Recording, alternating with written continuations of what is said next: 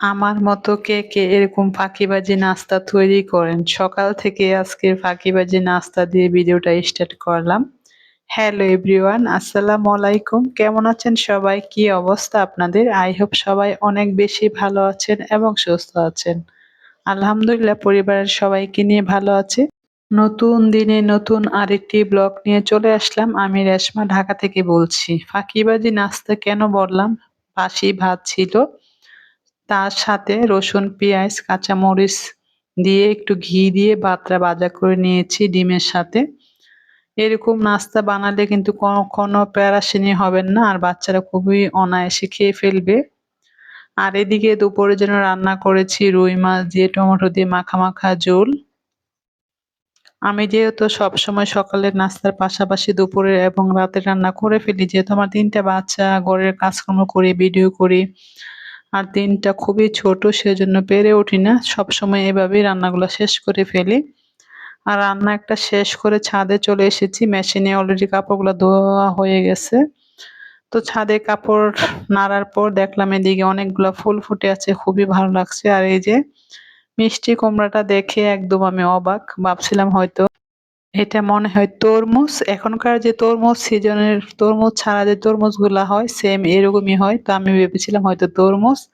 আর এদিকে জবা ফুলটা একদম আমার কালার হয়ে গেছে আর কি। এরকম জবা ফুল আমি আসলে কখনো দেখিনি, এই ফার্স্ট টাইম দেখা। সেটা একটু ধরলাম, খুব ভালো লাগতেছে। আর আমার হাতের কালারের সাথে একদম মিলে গেছে, তাই না? অনেক সুন্দর একটা কালার, স্কিন কালার। এই ফুলটাই প্রথম দেখেছি। আর মূল টপিকে চলে যাই। এদিকে এই যে বিলের চান্দা মাছ আমার বোনে নিয়ে আসছিল অনেকদিন ধরে, ফ্রিজে ছিল, তো সেগুলো সময়ের সাপেক্ষে করতে পারছিলাম না। তো আজকে একটু সময় পেয়েছি, সেজন্য ভাবলাম যে চান্দার যে বড়াটা সেটা করে নিই। অনেকে হয়তো জানে, আমরা মা চাচির কাছ থেকে ছোটবেলা খেয়ে এসেছি। অনেকে হয়তো এই রেসিপিটা অজানা, অনেকে হয়তো জানেন, সেজন্য আজকে আমি শেয়ার করব। সব ময়লাগুলো পরিষ্কার করে নিয়েছি। আর এদিকেই তো ভালো করে ধুয়ে এখন ব্লেন্ডারে দিয়ে দিব। আগে তো ব্লেন্ডার ছিল না, পাটায় বেটে বেটে নিত আর কি। এখন যেহেতু ব্লেন্ডার হয়েছে, তো ব্লেন্ডারের কাজটা, পাটার কাজটা ব্লেন্ডারে করতে পারি। আর খুব সুন্দর হয়েছে, দেখতেই পেরেছেন। আমার প্রিয় আপু ভাইয়াদের কাছে প্রতিনিয়তের মতো যে অনুরোধটা আজকেও করে নিচ্ছি, যদি ভিডিওর কোথাও কোনো অংশ ভালো লাগে যায় প্লিজ লাইকটা দিতে ভুলবেন না। আর এদিকে এই যে মাছটা ব্লেন্ড করা নেওয়ার পর মাখাবো। এখন আমি এই যে আদা রসুন পেস্ট আর জিরা গুঁড়া, জিরা বাটা দিয়েছি এখানে, আর তার সাথে সব উপকরণ মিশাবো। আপনারা দেখে নিন, আসলে বয়ে বলে বোঝানোর কিছু নেই, সহজ একদম সবকিছু। আমরা যে ডালের বড়াটা বানাই সেম প্রসেসে সবকিছু মেশাবেন। তো ভিডিওর যাই বলছিলাম, যদি আজকের ব্লগ কোথাও কোনো অংশ ভালো লেগে যায় প্লিজ লাইকটা দিতে ভুলবেন না। আর এই ধরনের ব্লগ যদি আপনি দ্বিতীয়বার দেখতে চান তাহলে আমার চ্যানেলটা সাবস্ক্রাইব করে আমার পরিবারের সদস্য হতে পারেন। অলরেডি যে সকল বন্ধুরা এই কাজটা করে ফেলেছেন তাদেরকে অসংখ্য ধন্যবাদ। তো এখানে সবকিছু দিয়েছি, দিয়ে আমি ডাল বেটে ফ্রিজে রেখেছিলাম সেটা দিয়ে দিয়েছি। আপনারা চাইলে চালের গুঁড়া দিতে পারেন। তো আমি সবসময় ডালটা দিয়েই করি, অনেকটা ক্রিস্পি হয়, খেতে অনেকটা মজা হয়। তো এখানে যা যা দিচ্ছি, আমাদের রেগুলার যে রান্নার মশলাগুলো থাকে, হলুদ মরিচ ধনিয়া, সেগুলাই দিয়ে দিচ্ছি। দিয়ে সামান্য সরিষা তেল দিয়ে দিব। আর এভাবে দিয়ে সবকিছু মাখার পর সব শেষে আমি পেঁয়াজটা আবার দিয়ে একটু মেখে নিব আলতো করে। একসাথে দিলে পেঁয়াজটা মাখলে কি হয়, পানি ছেড়ে দিবে, জিনিসটা পাতলা হয়ে যাবে। তো আমি সবসময় এই মাছের বড়াতে পেঁয়াজের ইয়েটা পরে দিই। তো আপনারা চাইলে হাত দিয়েও মাখিয়ে নিতে পারেন। একটু মানে ভয় লাগছিল যে কাটা কোটা আছে নাকি, তো না, কাটা নিয়ে আমি লাস্টে হাত দিয়ে মেখেছি। এই পর্যায়ে মাখা হয়ে গেছে, এখন আমি পেঁয়াজটা পরিমাণ মতো দিয়ে দিচ্ছি। আপনারা বেশিও দিতে পারেন, মিডিয়াম দিলে ভালো হয়, বেশিও না কমও না, সবকিছুর পরিমাণটা রাখলে ভালো হয়। তো এখানে চুলায় তেল দিয়ে ভালো করে গরম আসার পর এই তো চামচ দিয়ে দিয়ে দিচ্ছি, হাত দিয়েও দিতে পারবেন। এই কাবাবটা এখন আমরা নাম বলি কাবাব, আসলে এটা বড়া আর কি। চান্দা মাছের বড়া বলা হয়।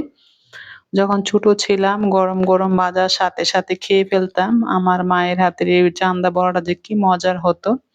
আসলে মাদের কাছে মায়ের হাতের রান্না সব সন্তানদের কাছেই প্রিয়, তাই না? তো আমিও ভাজা করছি আর আমার বাচ্চারা খেয়ে নিচ্ছে। আর এটা গরম ভাতের সাথে অসাধারণ লাগে এই শীতের সিজনে। এক এক করে সবগুলাই ভাজা করে নিব, ওরা ভাত দিয়ে খাবে। আপনারা চাইলে বিকেলে নাস্তা চায়ের সাথে খেতে পারেন। অনেকটা পুষ্টিগুণ হেলদি একটা খাবার। সচরাচর গুড়া মাছ চান্দা মাছটা বাচ্চারা খেতে চায় না, বড়রাও খাওয়া যায় না, কাটা লাগে অনেক। তো সেক্ষেত্রে আমরা চাইলে এভাবে বড়া বানিয়ে বা কাবাব বানিয়ে খেতে পারি, ফ্রোজেনও করা যায়, খুবই মজা হয় এই বড়াগুলা। অবশিষ্ট যে বড়াগুলা ছিল সেটারই দেখাচ্ছি আর ছবি ওঠাচ্ছি আর কি। সবগুলা খাওয়া মাশাআল্লাহ শেষ। তো এগুলা ভাত দিয়ে খাবে দুপুরে, অনেক মজার ছিল। আর একটু ভেঙে দেখাচ্ছি ভিতরের অংশটা কেমন হয়েছে। তো এদিকে অনেকগুলো ফল নিয়ে আসছে, সেগুলা ক্লিন করব ভালো করে ধুয়ে, হাত দিয়ে ধুয়ে নিচ্ছি। আর বাজার থেকে ফল আনার সাথে সাথে অনেকক্ষণ ভিজিয়ে রাখার চেষ্টা করবেন লবণ বা ভিনেগার দিয়ে, বা এমনি হলেও গরম পানি, হালকা কুসুম গরম পানি দিয়ে দিবেন বেকিং সোডা বা খাবারের সোডা দিয়ে, তাহলে জীবাণুটা চলে যায়। আর আমি একদম অবাক হয়ে গেলাম আর কি, যে আমাদের বাংলাদেশে এরকম জিনিস আসলে আছে। তো এগুলো কতটুকু সত্য আসলে জানি না, পাতা কি আগলাই লাগিয়েছিল নাকি। অবশ্য টেনে পাতাটা ছিঁড়েছি আমি, পাতাটা দেখে আমি খুবই ভালো লাগলো যে না, আপেলগুলা বেশি দিন হয় নাই, অল্প দিনই হয়েছে এনেছে। তো বাংলাদেশ তো আমাদের জন্য যাই খাবো সেটাই বিষাক্ত আর কি, ভয় লাগে। ভালোর জন্য খেলে সেটা মরণব্যাধি হয়, যে এরকমই আর কি। তো এখানে কিছুটা লবণ দিয়ে আমি আবারও মিশিয়ে রাখবো, আধা ঘন্টার মতো ভিজিয়ে রাখবো আর কি। তো এইভাবে ডেকে ভিজিয়ে রাখবো, আধা ঘন্টা পর আবার ফিরছি আপনাদের মাঝে।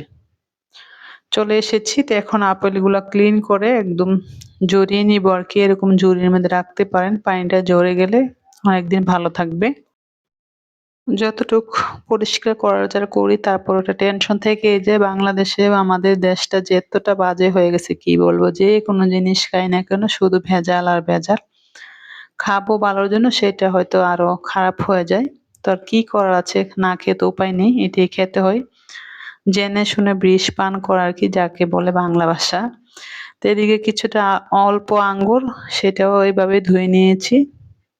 তো এখন আমি এগুলা ঝরিয়ে তারপরে টেবিলে রেখে দিব আর কি। তো বিকেল বেলা চলে এসেছি, অফ ক্যামেরা অনেক কাজই করেছি, আসলে সবগুলো দেখানো হয় না, সামান্য একটু একটু করে দেখাই, তাই ভিডিও অনেকটা বড় হয়ে যায়। তো আমি এভাবে মুরগি কেটে ফ্রিজে রেখেছিলাম, সেদিন আর গোছাতে পারিনি। তো আজকে সবগুলা কিছুটা ভাজবো বিকেলের নাস্তার জন্য, সাথে চা থাকবে। আর বাকিগুলো আমি একদম মশলা মেখে ডিপে রেখে দিব, পরবর্তীতে আমার ভাজতে খুব সহজ হয়ে যাবে। বাসাটা যেহেতু বসুন্ধরার কাছে হয়ে গেছে, আসলে অনেকটা মুশকিল হয়ে গেছে, প্রতিদিনই বাচ্চারা বাহিরে জিনিসটা খেতে চায়। আমার মনে হয় বাচ্চাদের থেকে দূরে কিছু জিনিস থাকা খুবই ভালো, যেমন শপিং মল বা ভালো দোকান বলেন। আমার বাসাটা এমন জায়গায় হয়েছে, সবকিছু হাতের নাগালে পাওয়া যায়। আলহামদুলিল্লাহ আমার বাচ্চারাও খেতে পছন্দ করে আর খেয়ে ফেলে আর কি। স্বাস্থ্যটা খুবই, ওদের গ্রোথ অনেকটা ভালো, আর অল্প খেলেই মোটা হয়ে যায়। তার মধ্যে তো মাশাআল্লাহ এগুলো ভাজা পোড়া চলে, ভাজা পোড়া, পোলাও, খিচুড়ি, বিরিয়ানি ওদের পছন্দ আর কি। কি করা যাবে বলেন, স্বাস্থ্যের দিকে খেয়াল করলে মনে হয় যে কিছুই না দেই। যখন মা বলে ডাক দিয়ে কিছু চা, তখন তো খুব খারাপ লাগে, মা হিসেবে দিতেই হয়। তো কথা বলতে বলতে চিকেন ফ্রাই ভাজা করে নিব। তার সাথে আমি সব মসলা মিশিয়েছি, আপনারা অবশ্য দেখেছেন। এখানে হলুদ গুঁড়া, মরিচ গুঁড়া, আদা রসুন পেস্ট আর জিরা গুঁড়া দিয়ে আমার হাতে তৈরি একটা গরম মশলা গুঁড়া দিয়েছি। আর এখানে লবণ দিয়ে একটু সস দিয়ে নিচ্ছি। এভাবে করলে রেস্টুরেন্ট থেকে আরো বেশি মজা হয়। তো আমি সবসময় এভাবে করি। এ তো কাঁচা নেওয়া হয়ে গেছে। তো এখন আমি খুব ভালো করে মাখিয়ে নিচ্ছি। মাখিয়ে প্রায় 10 মিনিটের মতো রেখে দিব রেস্টে। তারপরে ভাজা করে নিব আর কি। এখানে ভাজার জন্য কর্নফ্লাওয়ার আর ময়দা মিশিয়েছি। আপনারা চাইলে পুরোটা কর্নফ্লাওয়ার দিয়ে ভাজতে পারেন। আমি অল্প দিয়েছি, আমি বেশি দিইনি। তো এভাবে করলে অনেকটা ক্রিস্পি হয়। পর্যাপ্ত পরিমাণ তেলটা দিয়ে দিচ্ছি। গরম হলে এক এক করে ভেজে নিব। ভাজাটা আসলেও অনেক মজার হয় আর কি, বাচ্চারা খুবই পছন্দ করে। এভাবে আপনি চাইলে টিফিনে বা লাঞ্চে দিতে পারেন, যারা চাকরি করে, বা বাচ্চাদের স্কুলে দিতে পারেন। তো এভাবে ভেজে নিচ্ছি। সবগুলাই এরকম করে ভাজা করে নিব, আর বাকিগুলা ডিপে রেখে দিব। এক পাশ হয়ে গেলে আরেক পাশ উল্টিয়ে দিবে। ২-১ বার করে উল্টালেই হবে। আর চুলার আঁচটা মিডিয়াম টু হাই এ রাখতে হবে। বেশি লো করলে ভাজাটা ভালো হবে না, বেশি বাড়িয়েও দেওয়া যাবে না। তো এর মধ্যে ভাজা হয়ে গেছে, নামিয়ে নিচ্ছি। আজকের ভিডিওটা আর বেশি বড় করব না। সবার সুস্বাস্থ্য কামনা করে আজকের মতো বিদায় নিব। নতুন ব্লগ দেখার আমন্ত্রণ জানাই। আর মাশাআল্লাহ অনেকটা সুন্দর হয়েছে। গরম গরম বাচ্চারা খেয়ে নিবে, অনেক মজার ছিল। তো আজকের মতো বিদায় নিচ্ছি। সবাই ভালো থাকবেন, সুস্থ থাকবেন। আল্লাহ হাফেজ। আসসালামু আলাইকুম।